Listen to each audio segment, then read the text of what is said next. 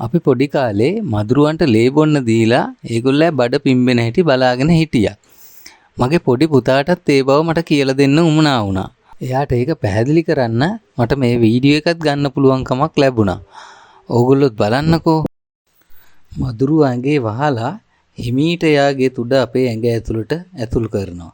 ඊට පස්සේ හෙමින් එයා චූටි තුඩෙන් අපේ ඇඟේ තියෙන ලේ එයාගේ බඩ ඇතුළට පුරව ගන්නවා.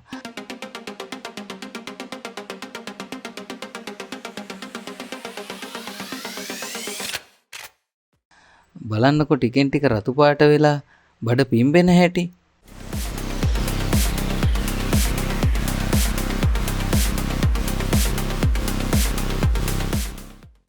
හැබැයි එකපාරක් හරි ඩෙන්ගු හැදිච්ච කෙනෙක් නම් මේ තරම් වෙලා බලාගෙන ඉන්නේ නැහැ.